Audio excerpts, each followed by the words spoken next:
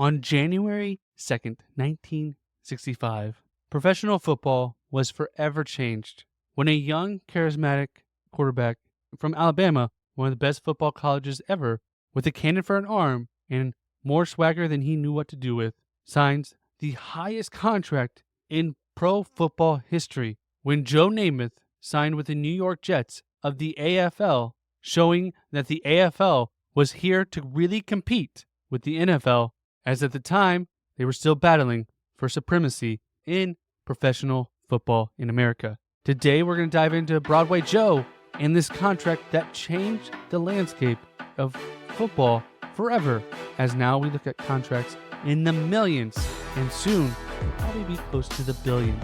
Today on Daily Sports History.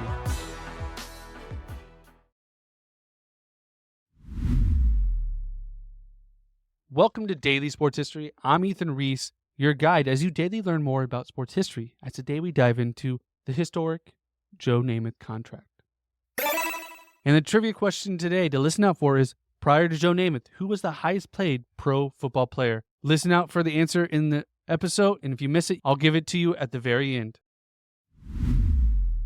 Now, the average contract in the NFL at the time was roughly around $40,000, with the highest paid player in 1965 being Johnny Unitas, who made a reported salary of $100,000 a year, as he was one of the most established quarterbacks in the NFL, having record-setting seasons for the Baltimore Colts. And the AFL was making splashes every year trying to sign big-name players, but the average everyday player would make a fraction of what NFL players usually made. But it was continuously increasing as the NFL and AFL TV rights were actually almost identical, giving the AFL support from television that helped keep them afloat year by year as they were struggling to keep up with the attendance that the NFL had. Now, the New York Jets were a struggling franchise as they were in a huge market. As New York, they had the Yankees, they had the Giants, that took a lot away from the New York Jets, and they struggled for capacity. And in 1964, they went 5-8-1, finishing third in the AFL East, not really having a chance to make the playoffs. And they wanted to make a splash as they had the number one pick in the AFL draft that year, and they selected Joe Namath, who was also selected number 12 by the St. Louis Cardinals that same year in the NFL.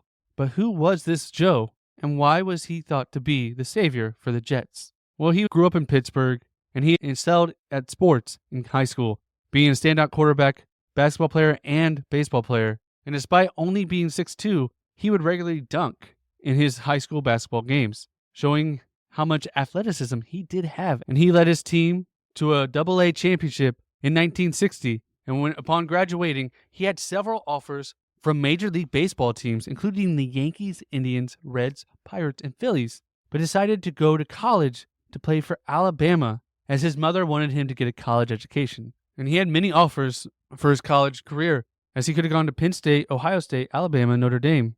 But he actually decided to go to Maryland, as he was heavily recruited there, but was rejected by Maryland due to his college testing scores, which were below the requirements. But Alabama had some ways around this, which allowed him to go to Alabama and be coached by the legendary Bear Bryant. And while he was there, Bear Bryant actually called him the greatest athlete he ever coached. But his stats weren't that great. Although he did lead the team to a national championship in 1964, he only threw for 756 yards that season and 5 touchdowns compared to 4 interceptions. At the time, Alabama focused more on rushing the ball, as he did complete 64% of his passes, but it wasn't the focus. He was more of a game manager, and he did have some issues as he had a nagging injury his senior year with Alabama, as he was limping all the way through their championship run. So at this time, players could enter both the AFL and NFL draft, and there would be a bidding war on where you went. But because the NFL was more established, players tended to go there more than the AFL. So the AFL wouldn't pick the best player that year to be their first number one pick. They would normally pick someone farther down the line that they thought they could actually pick. And that's why Joe Namath was selected number 12 in the NFL, number 1 in the AFL. And the Cardinals actually held their draft before the Orange Bowl that he would play with Alabama, and they told him they would give him a $200,000 contract if he would sign before the Orange Bowl. But doing so would make him ineligible to play for the Tide's Orange Bowl. and that is why he signed the contract with the Jets instead of the Cardinals. And also, the Jets were offering an historic amount of money. On January 2nd, 1965, he signed a contract with the New York Jets worth $427,000 over 3 years, which is the total amount of the contract is roughly about $4.2 million today. And it was the largest contract signed in NFL history. And he got a signing bonus as well of about $200,000. Almost half would be paid up front as a bonus, meaning his salary after the bonus would be roughly $75,000 a year, which is less than what Johnny Unitas was making a year, but he was a rookie, unproven, and he had already got $200,000 up front. His full contract, if he separated out just over 3 years, it would be $142,000 a year, making more than any other player in the NFL or AFL for that matter.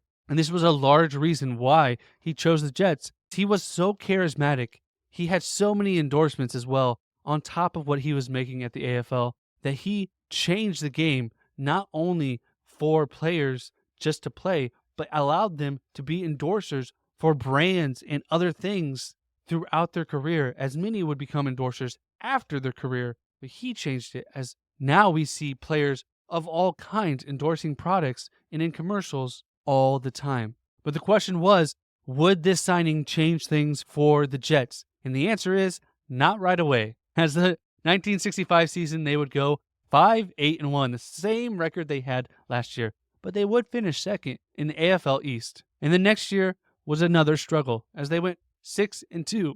And during this time, Joe would actually struggle with injuries, but he would pass the ball a lot more than he did in college. But that wasn't to a lot of success. As his first 2 seasons, he had a passing completion under 50, and in his 1966 season, he led the league in interceptions with 27, opposed to just 19 touchdowns. This was something very common in his career. Even though Joe Namath is in the Hall of Fame, he threw for more interceptions in his career than touchdown passes and barely had over a 50% completion percentage throughout his career.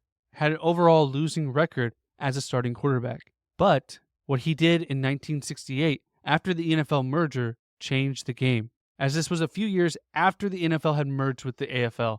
And in Super Bowl III in 1969, he led the Jets to an 11-3 season that year, where they faced off against the Raiders in the AFL Championship game, which the winner would play in the Super Bowl III versus the Colts. And after they beat the Raiders, he guaranteed they would win the championship, which is something no one had ever done before, and it's something we see now to this day. And what happened is they actually won this game, which cemented his legacy, and really is probably the only reason why he is in the Pro Football Hall of Fame to this day. But what he really did was change the perception. Players now would increase their value every single year, getting a higher contract every single year. And we see this to this day. Quarterbacks are the highest paid position in the NFL, and they have been ever since the 1960s with Johnny Unitas and Joe Namath. And every year today, the next new quarterback that's up for a contract becomes the highest paid player in the league. It happens that way every year. And it started with Joe, and Joe really amped up what would be the pay for every single year, as it made a huge jump during the AFL-NFL rivalry, as players had to decide, and there was actually a bidding war and allowed players to get even more money. Without the AFL challenging the NFL, contracts in the NFL today may not be what we see. They may be a lot lower, but Joe Namath changed the game by signing this historic contract as a rookie. I want to thank you for listening to today's episode. If you want more Jets content, check out the Greenbean NY Jets pod, where they take you throughout all the corridors of Jets fandom, wrapped in humor and a touch of intelligence. They're here to entertain you and educate you on all things Jets. And we'll put a link in the description below for you to check them out. And if you enjoyed today's episode of Daily Sports History, please like and subscribe wherever you're at. That way you do not miss a single episode. And come back tomorrow for more Daily Sports History. And did you catch the answer to today's trivia question? Prior to Joe Namath, who is the highest paid pro football player?